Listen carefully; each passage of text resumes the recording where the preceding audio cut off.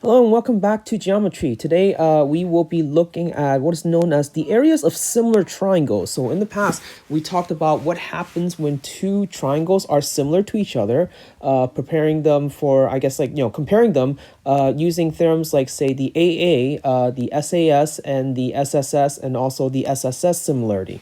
So now I want to make it a little bit more, I guess, kind of like applicable in the sense, and look at what happens when two triangles are similar to each other. What will happen to their areas? Like, what's the proportionality, or also what's the proportionality of their perimeters and such? So let's go ahead and begin. Okay. So first, we're going to go ahead and assume the following. Let's just go ahead and start by saying that two triangles are similar to each other. So you can see below we have two triangles that are similar. Triangle ABC is similar to triangle DEF. And their similarity is going to be the case such that if we look at the ratio of AB divided by DE is equal to BC divided by EF, and also CA is divided by FD is equal to some constant K. So that means if you multiply K to any of the sides to triangle ABC, you would then get the sides of the other triangle, which is then KC, KB, and KA, and so forth. So the ratio in this case, in terms of sides, we are saying that AB to the ratio of DE is going to be from 1 to K. Now, there could be other setups so that it's not 1 to K. It could be like, say, maybe some whole number to another number. But, this is just something to kind of work off of for the time being. So with that being said, let's now look at the following. I want to know what is their ratio for their areas then. Okay, I want to know what is the ratio of their areas. Now, to give you a starting point, let's just do something simple first. Let's consider the ratio of their perimeter. If you look at the perimeter of ABC, the perimeter is going to be, well, that's easy enough. That is going to be equal to A plus B plus C. Now, the perimeter then of the other triangle, triangle DEF, if I add up all the sides, will be KA plus KB plus KC. So then that means I can factor out the K that they all have in common. And you'll note now you have an A plus B plus C.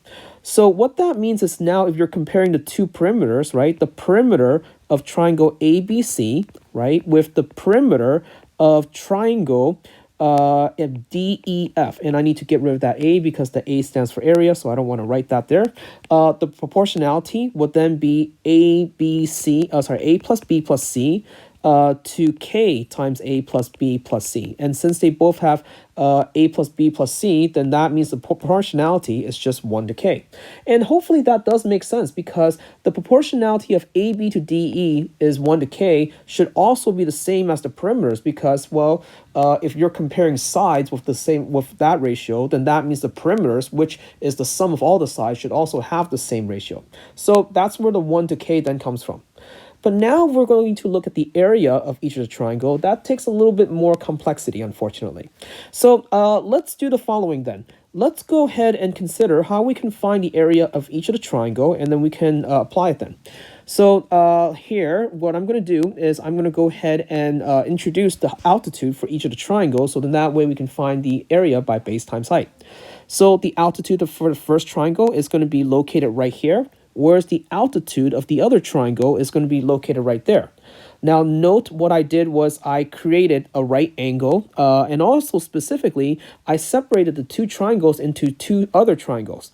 The triangles that I separate them, those should also be similar too, because if you notice over here, and let me just kind of see if I can make this a little bit smaller, for this triangle over here, they have angle B, and then that's still congruent to the other triangle, that's still congruent to the other angle on the opposite triangle, which is E. We have a right angle in there, and then we have a right angle in the other one. So by AA similarity, these two triangles are going to be similar. So what that means is if I'm looking at now their altitude, if I call the altitude over here H, then that means that the altitude of the other triangle is going to be K multiplied by H using proportionality. Now we have something to work off of. Here, the area of the first triangle ABC is going to be 1/2 multiplied by A multiplied by H. Whereas for the other triangle, DEF, the area is going to be 1/2 multiplied by KA multiplied by KH. And as a result, then now we can go ahead and clean up some of the stuff. Note that they all have 1/2 in common, so we can cancel it out. They both have A times H in common, so we can cancel that out. So when the smoke is clear, all that's left is going to be 1 to a ratio of K squared. So that right there is going to be our formula then. So the proportionality is going to be 1 to K squared, where K was the original factor between the proportionality of the two triangles. And to kind of help you tie the loose ends of this, think of it this way: in one dimension, when you're looking at just one single side, your proportionality is going to be 1 to K. When you look at the area, that consists of 2 dimensions because of the base times height to get the area. So that's going to be 1 to K squared. So maybe we can kind of extend this a little bit further, which we'll prove in the future. But if you have something that's 3 dimension, then that means the proportionality would then be 1 to K cubed then, because then we have base times width times height and so forth. But anyhow, let's go ahead and look at some of these problems right here that we can do with this setup then. So here, number 1 is going to be the following. The ratio of the area between two similar triangles is going to be 16/81. If the perimeter of the larger triangle is 45, then what is the perimeter of the smaller triangle? All right, so let's go ahead and write that out. So here we're going to be given the area of the ratio of the area is going to be 16 to 81. Okay, now going by the theorem that we just did earlier, I guess what I can do is I can write this as 1 to 81/16, if that makes you feel a little better. What's going to happen is now, if I have the ratio of the area, then I can kind of work backward to what we were saying. Then the ratio of the side, right, then is going to be the square root of both sides of what we got. So it's going to be here, remember, this right here represents 1 to K squared. So then if I want to work backwards to 1 to K, then that means it's going to be the ratio of 1 to 9/4, which if I can multiply to the other side, then we're going to have the 4 to 9 then. So essentially, you can probably see kind of like a shortcut over here, right? If you have a ratio of the area that is 16 to 81, if you want the ratio of the sides, then that's just the square root of both sides, which is going to be 4 to 9. And once we get to that part right there, now the ratio of the side, which is going to be the same thing as the ratio of the perimeter, because remember, the perimeter is just consists of all the sides. So here it is. Now the last part says, then if the perimeter of the larger triangle is equal to 45. So what I can do is set up a ratio proportionality right there. So 4 divided by 9 is equal to, what is the perimeter of the smaller triangle? Well, why don't I set that equal to then x divided by 45? So now we can go ahead and solve for all the missing sides then. Cross multiply for both sides, so then that way you can get your answer. So 4 times 45 is equal to 9 times x. So 9 goes into 45 5 times, so that means x, which is going to be, the perimeter is going to be then equal to 20 then. Okay, all right, let's try another one similar to this style right here.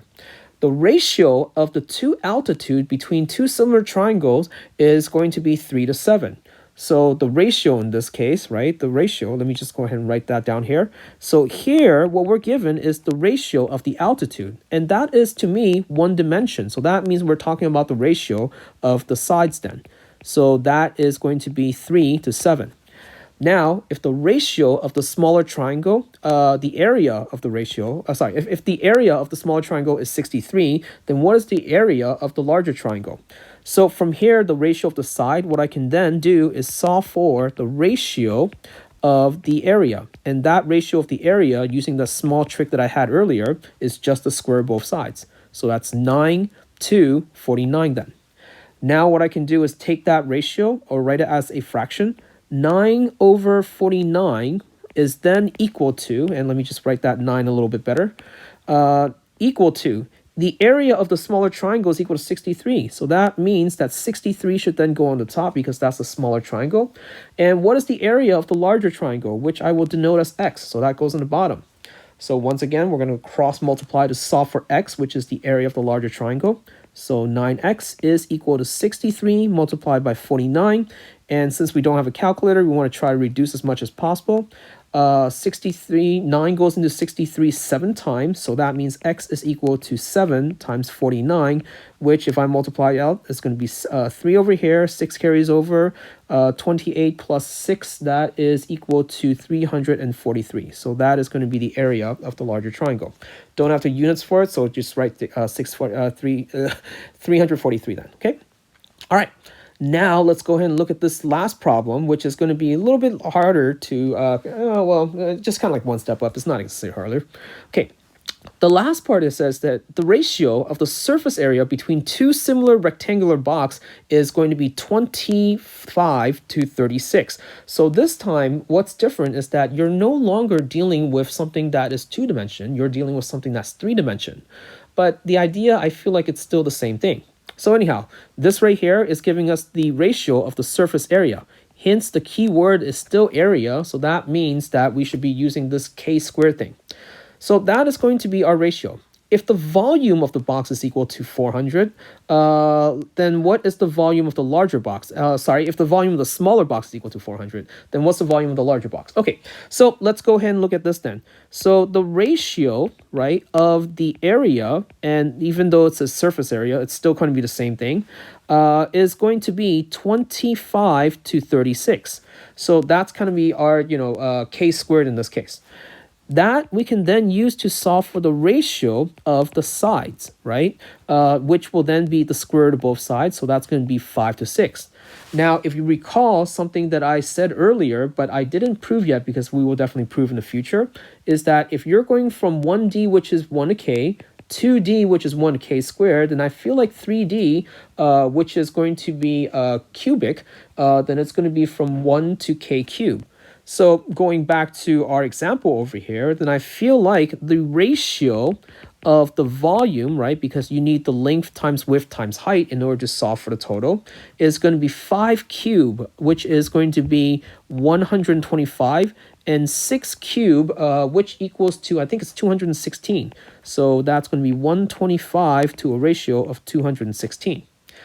Now let's go ahead and set up the fraction for this one. So 125 divided by 216 is equal to 400, which is the area, is the volume of the smaller triangle or smaller box, and all of that divided by x, which is going to be the volume of the larger.